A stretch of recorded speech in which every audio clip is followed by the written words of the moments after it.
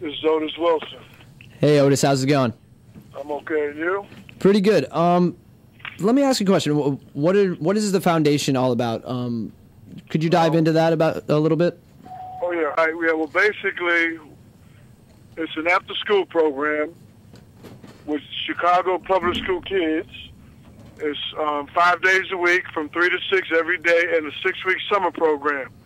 We focus on fitness, nutrition, and sports, and we just added a literacy program. So basically, I write all the sports programs, which basically is baseball, football, basketball. We're getting ready to bring our golf program back, tennis. But my thing is fit for life. These kids range from the ages of 6 through 15 because we do it through the Chicago Park District. So their age limit go up to 15, which we're going to add it, later on down the road. We're going to up that age level. But our young people today have to learn to understand fit for life first, education second, and hopefully you can delve into sports.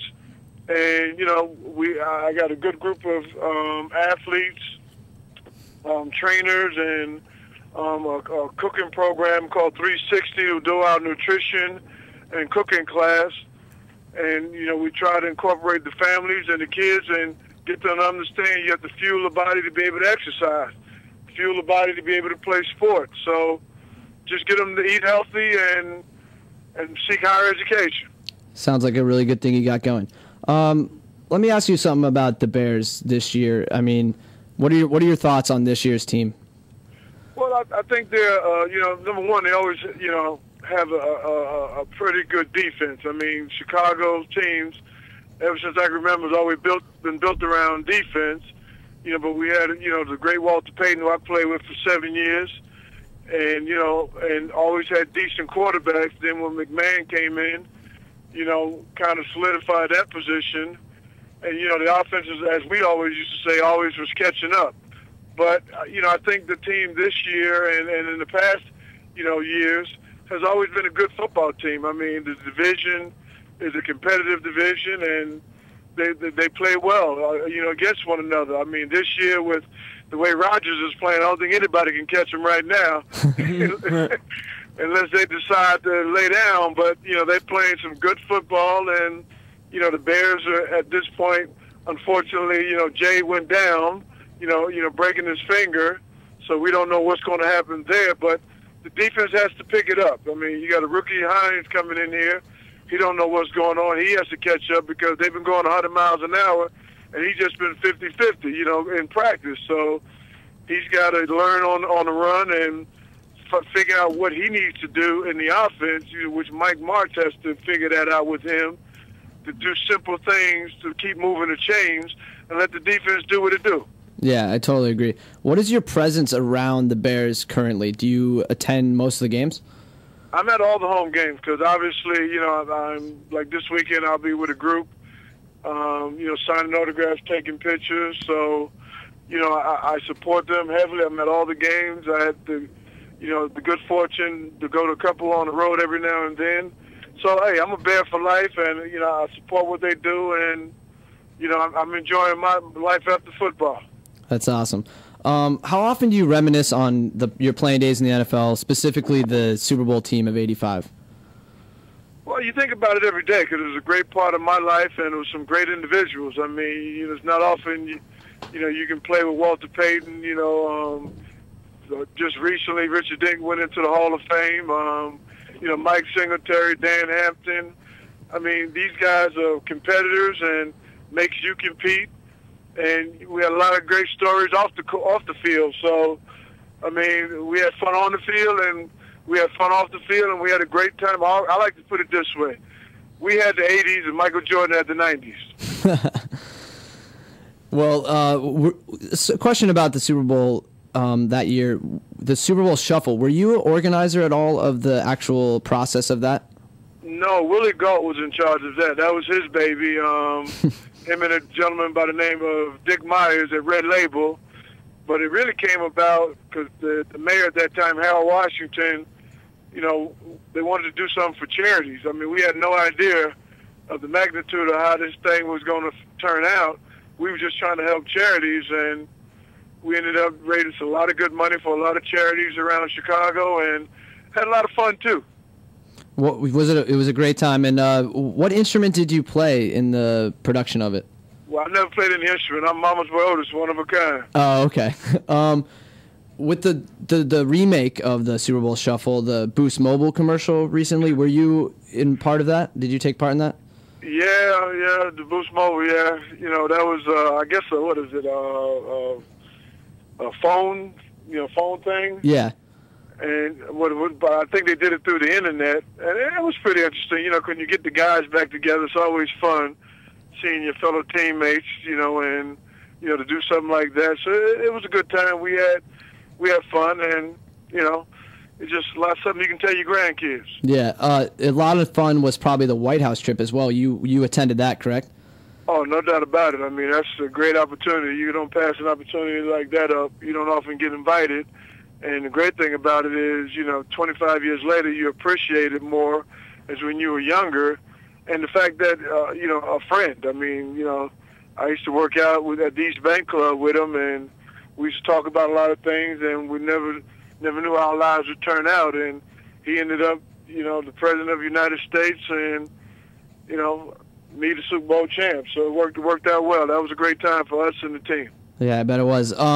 Looking back, I know we talked about the Super Bowl season, but the 85 and 86 seasons were so successful. Did you feel like before the seasons or anytime during the season that these teams were going to make a run? Well, I always, had great respect for Buddy Ryan's defense. I mean, he had a defensive scheme but yet he had the athletes to be able to execute it. And I knew if we stayed healthy and we all played together in the system, could nobody beat us. I mean, there's a difference between teams and us. Teams won games. We dominated games. It was almost like Mike Tyson when he first came out. When everybody was scared to fight him, and he just come out and just beat everybody up. That's what we did. Yeah, I definitely saw that.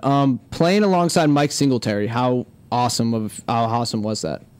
Well, Mike Singletary played alongside me. I'm older. But I mean, he's a great individual, an excellent athlete, and he was, he's like a coach on the field. I mean, he was sitting there with Buddy and, diagnose offensive, and, it's like having a coach on the field. And because he kind of showed me, how to formulate a study habits and studying, what I needed to do out there. So he made, we all made everybody better. Because, I mean, because when you look at our linebacker core, I think the most dangerous one was Wilbur Marshall.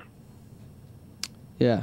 Who inspired you most to pursue your dreams of professional football? Well,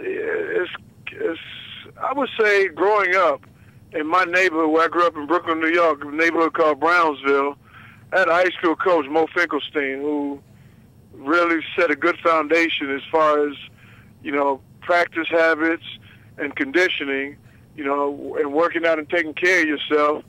But in my neighborhood alone, Eddie Mustafa Muhammad, which ended up as the light heavyweight champion of the world. I mean, world be free.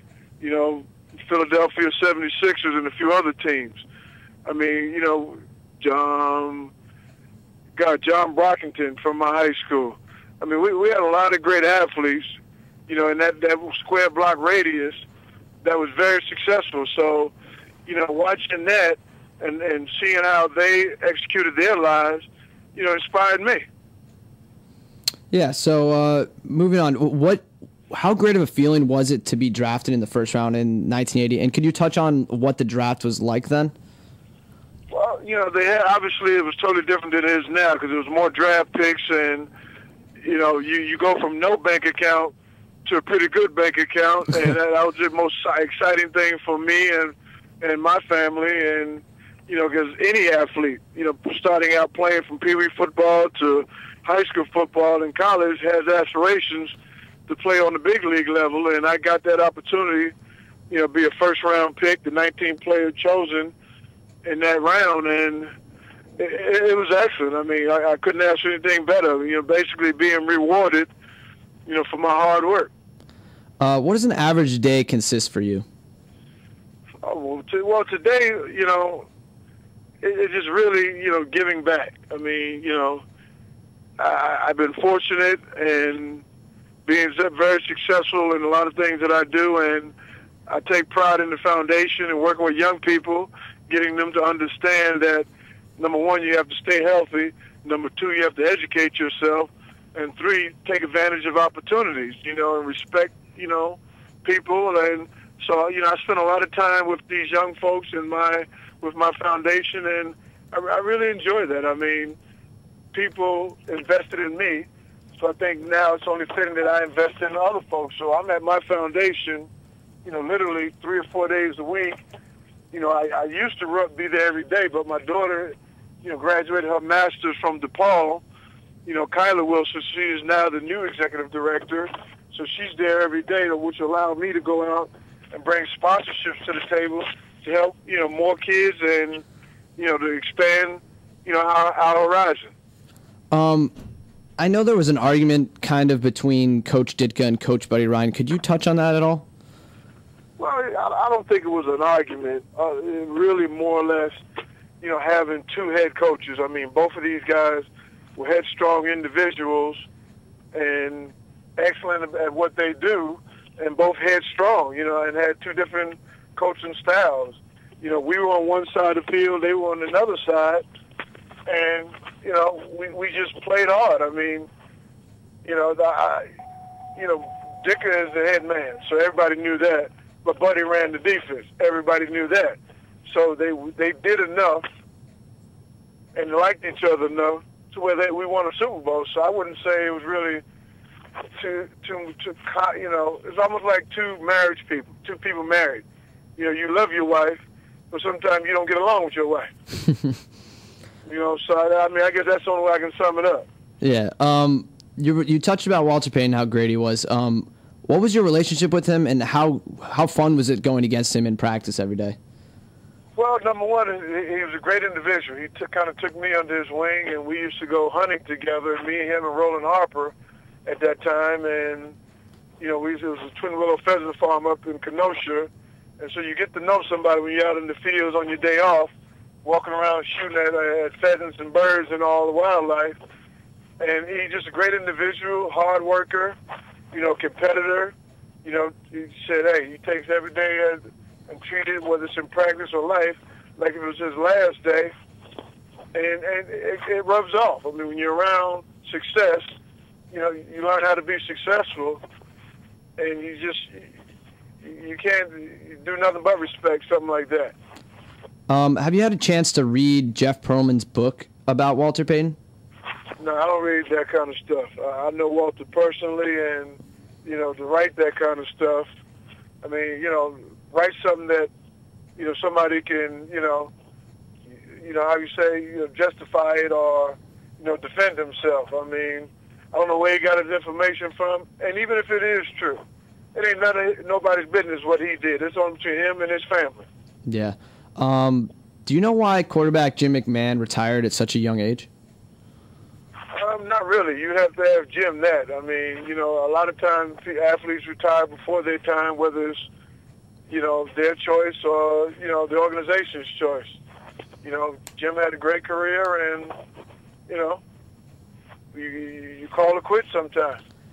What was your favorite part about the game of football? Well, I would guess my favorite part is, winning the Super Bowl and playing defense. I mean, when you can dictate a game and you can control the outcome, it's always fun. I mean, regardless of what the offense is doing, we knew what we were doing, and we knew if we did it good, we could slow them down. So that, playing defense, I got to give. That's who don't want to hit somebody that's supposed to be getting hit. Yeah, I agree. Could you see yourself involved in the game again somehow, like in some aspect? Well, if the right money came down the pipe, if not, I enjoy doing what I do now with the foundation, working with young people. Great. I hope your foundation does great. Keep up the good work there. Thanks for joining the show and spending your time on here. So have a good... I certainly appreciate you giving me this opportunity, and I always say, you can always go to my website Otis Wilson Charitable Association.org, and pop on the website, folks out there, and see what we do. Yeah, I appreciate you coming on. Thanks. Have a good day. Thank you. You too.